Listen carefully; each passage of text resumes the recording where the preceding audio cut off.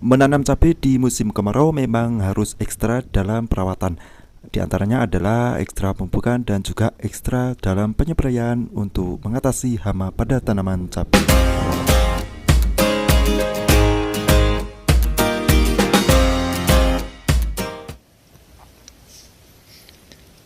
Assalamualaikum warahmatullahi wabarakatuh. Jumpa lagi barengan saya di Petani 1% Channel.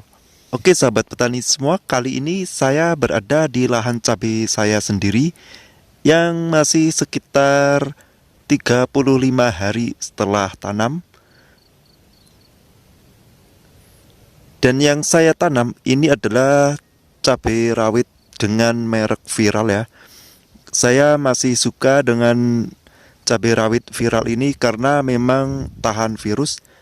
Dilihat dari segi pembuahan ini sangat bagus sekali dibanding dengan tavi-tavi yang lain yang jenis RM. Tavi viral ini lebih unggul dari segi pembuahannya dan juga dari tingkat ketahanan penyakit ini lebih, menurut saya ini lebih ampuh, dan juga dari ketahanan virus ya sudah pasti yang namanya tavi itu pasti sudah tahan terhadap virus Gemini. Untuk tingkat kelayuan untuk viral ini alhamdulillah ketika di musim penghujan masih aman. Ya ada tapi tidak habis ya, tidak seperti merek yang pernah saya tanam itu ludes. Dan ketika saya tanam viral ini alhamdulillah dengan perlakuannya sama, di lahan yang sama, alhamdulillah ada yang layu namun masih di tingkat wajar.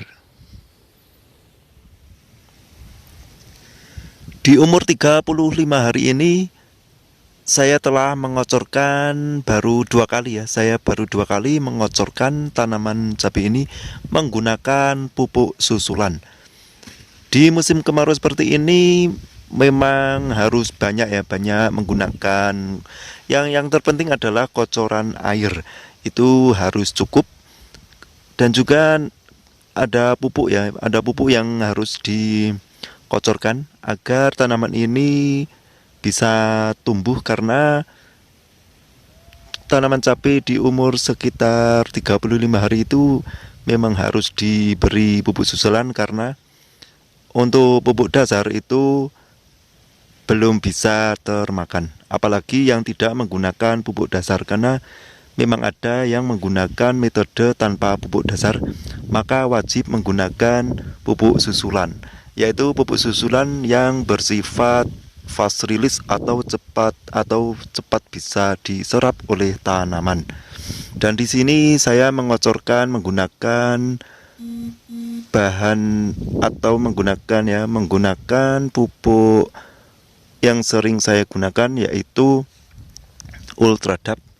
Yang pertama kali ketika umur 12 hari setelah tanam, saya menggunakan ultradap sekitar 1 kg untuk 700 tanaman.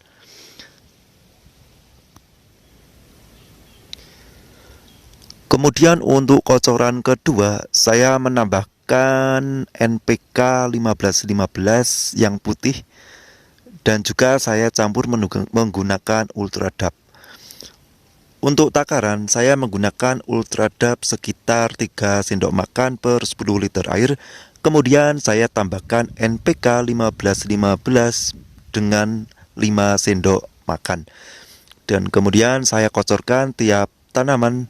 Saya kocor menggunakan 200 ml sampai 250 ml. Dan alhamdulillah sekarang pertumbuhannya cukup optimal ya. Walaupun di musim kemarau seperti ini, alhamdulillah keadaan tanaman cabai saya masih seperti ini, masih aman pertumbuhannya. Walaupun tinggi tanaman ini masih dibilang pendek ya, karena sudah banyak tumbuh-tumbuh tunas baru yang ada di bawahnya. Ini seharusnya memang dipreteli karena waktu belum bisa mereteli, jadi saya biarkan saja nanti tumbuh seperti apa jika kita biarkan tumbuh. Namun yang di atas-atas ini memang akan harus saya pruning atau preteli ya. Biarkan yang 1-2 ini yang tumbuh nantinya. Ya, untuk tiap bedeng ini ada 3 lajur. Ini sebenarnya tidak direkomendasikan bagi para petani ya, bagi para petani cabai, karena nanti panennya itu akan di musim penghujan dan ini sangat riskan sekali terhadap serangan jamur karena karena jarak tanamnya ini sangat rapat sekali. Ketika tanam cabai di musim kemarau seperti ini, kita harus sebisa mungkin mencukupi air ke tanaman cabai, karena pertumbuhan tanaman cabai itu tergantung dari tingkat air ya. Jadi tingkat kecukupan air. Bila mana kita pupuk dengan yang bagus-bagus, namun kalau airnya itu tidak cukup, ya nanti pertumbuhannya juga tidak optimal. Karena pupuk itu memerlukan air untuk diserap oleh tanaman.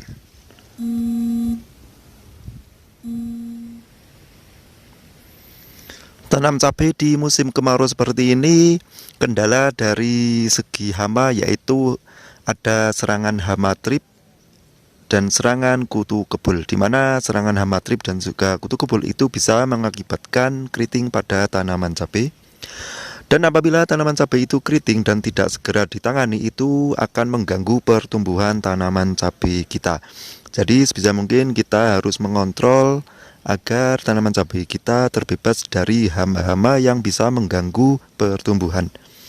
Ada juga hama yang bisa mengganggu yaitu kutu daun, atau kalau di sini sering disebut dengan walang banci. Jadi hama walang banci itu jika di cuaca panas seperti ini sangat banyak sekali dan cepat pertumbuhannya itu sangat cepat karena bentuknya atau jadi jenisnya itu adalah kutu-kutuan yang berkelompok. Jadi nantinya bisa mengganggu pertumbuhan tanaman cabai. Alhamdulillah tanaman cabai saya cukup mulus ya.